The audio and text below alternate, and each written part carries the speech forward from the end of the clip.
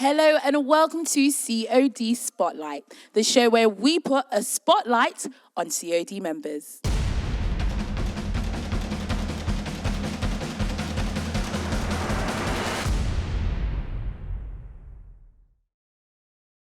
Okay, so welcome back to the COD Spotlight show. We've had 2 episodes so far.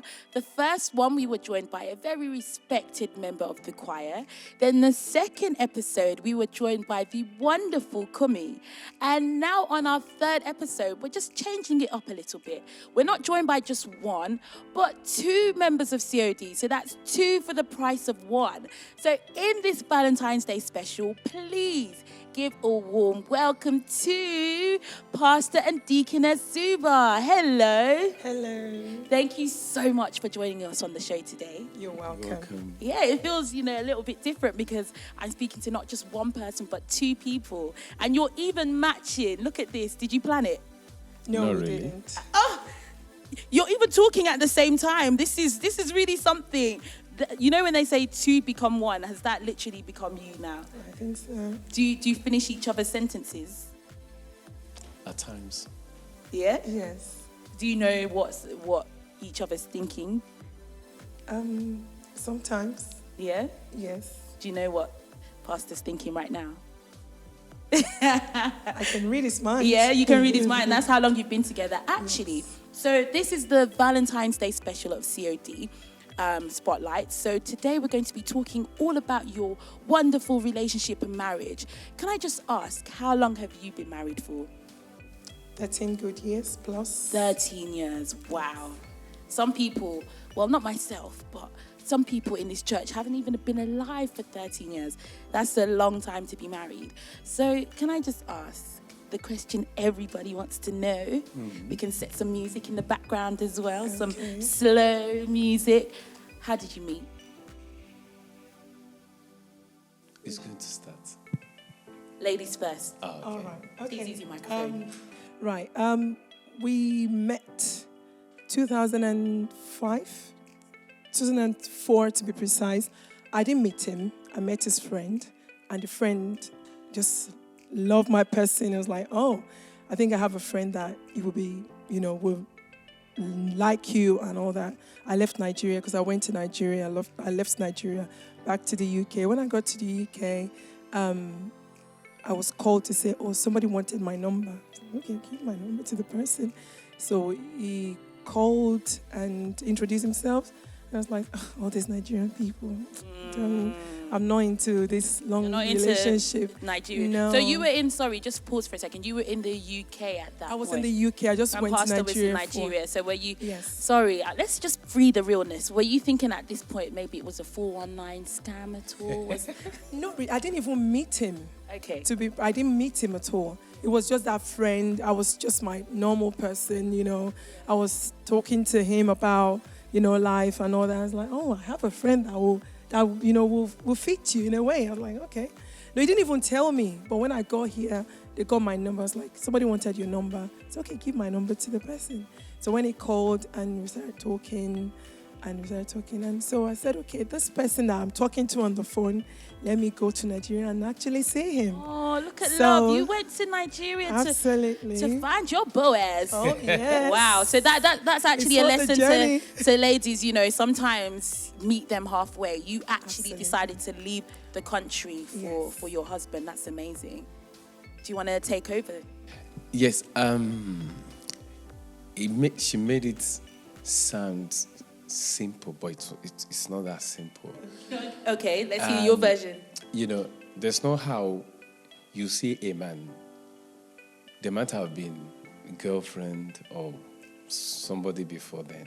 So I happened to be in a situation whereby I was thinking I would marry a lady, and eventually, and that's why it's good to belong to a church where God speaks, where the Spirit of God dwells. So, preach it, Pastor. Yeah. So, a man of God told me, we just, we prayed together, and we're just chatting that day, and he was asking me, Julius, when are you getting married? And I was like, truly that was in my mind. So I told her, that was one of the things I want us to pray about. And while we're praying, she said that lady you're looking at, that you're thinking about, is not your wife. So at that time, and because I've prepared my mind, this person might be, so I was disappointed. So that made me to close my eyes to every other women. So I told God, the lady I love, and I have in mind, because I love, that's the only person I love now. But that was then. That you said it's not my wife. Then I'm not going to look for any other woman. You bring my wife into my house. And that was why I told God. So I got busy with God in his house. There are a lot of beautiful girls in my church then.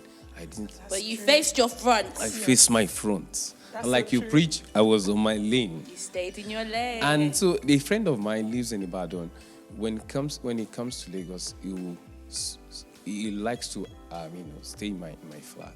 So there was this evening he came and it was like, Julius, I met a lady. She came for her sister's wedding, and I feel two of you will be compatible. I look at him, say, forget that thing.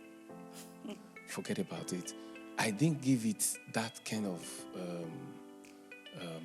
mind he expected me. So having spent 3 days, he left, and it was like, so after like 3 weeks or thereabout, that kept resounding in me. Lady. I said, okay. I now called him. Unfortunately, she has traveled back to United Kingdom. And so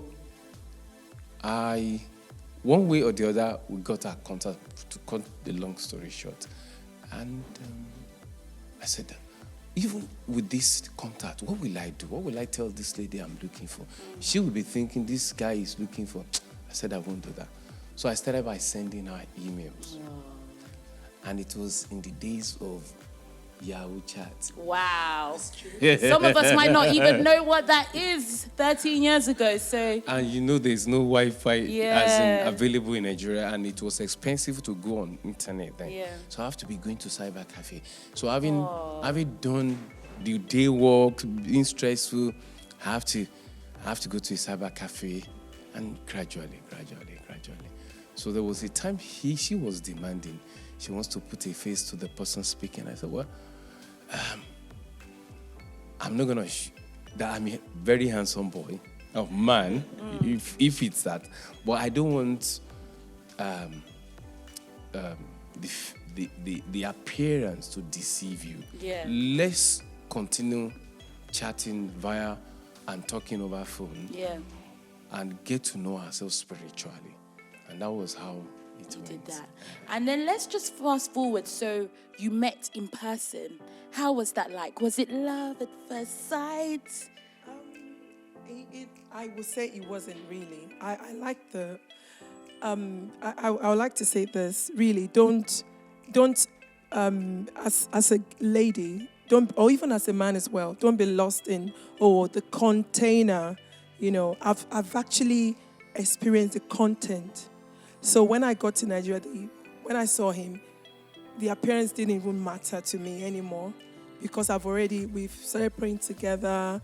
We started, like those are the days of when you have like 3 minutes at night in Nigeria that he will call me and all that. So with the word, what we have discussed and all that, I knew that, okay, this is the person. So when I got to Nigeria, it was just like, okay, we continue from where we stopped, on the phone. So I was still thinking, oh my God, am I doing the right thing? But my heart of hearts, I would say, yes, I'm in the right relationship. So that was how it was for me.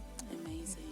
And you've been married for 13 years. You're blessed with 3 beautiful children. So we're going to continue with that theme of 3. Describe your marriage in 3 words. Ladies first.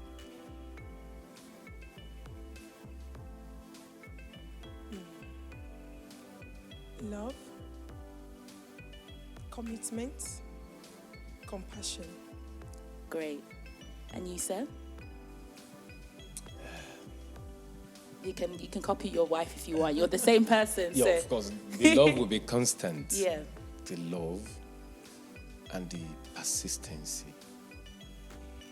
And how do I put this? Let it flow out, sir. Teachable. So you have to be teachable in marriage. And that actually leads me to my next question. What is the recipe for a successful marriage? Is there one? Or what has worked for Lots you? of it, really. It's just like cooking a stew. You don't just put only salt or just the seasoner. You need to put thyme. You need to put, even at times, you need to put curry. You need to put different things. There are no one specific recipe for a marriage. You just need to look for what works for you, because there's no two marriage that is the same. Every single home is different. So just look for what works for you, and then go with it. Stay on your lane. Stay in your lane. I like that. What I would say is, which is must be for all Christians. Okay, let me say what really helped me. While we've not even seen each other, there was a night I had a vision. I saw a scale on the wall. She doesn't like me to say that, but that's the only foundation God gave to me, which I would say my own recipe lies upon. So on that scale, I saw the scale 1 to 100, and she was very low at the bottom. And there was another lady which I did not even know about, very far from the scale. Meaning that lady is not. But how she was on that scale was low. And the voice I had was that she needs to get to the topmost. It's my duty to take her there. So now, whenever there's any kind of challenge in the marriage, I will remember your duty is to ensure she climbs up. That means if she had been up there, I won't have issues.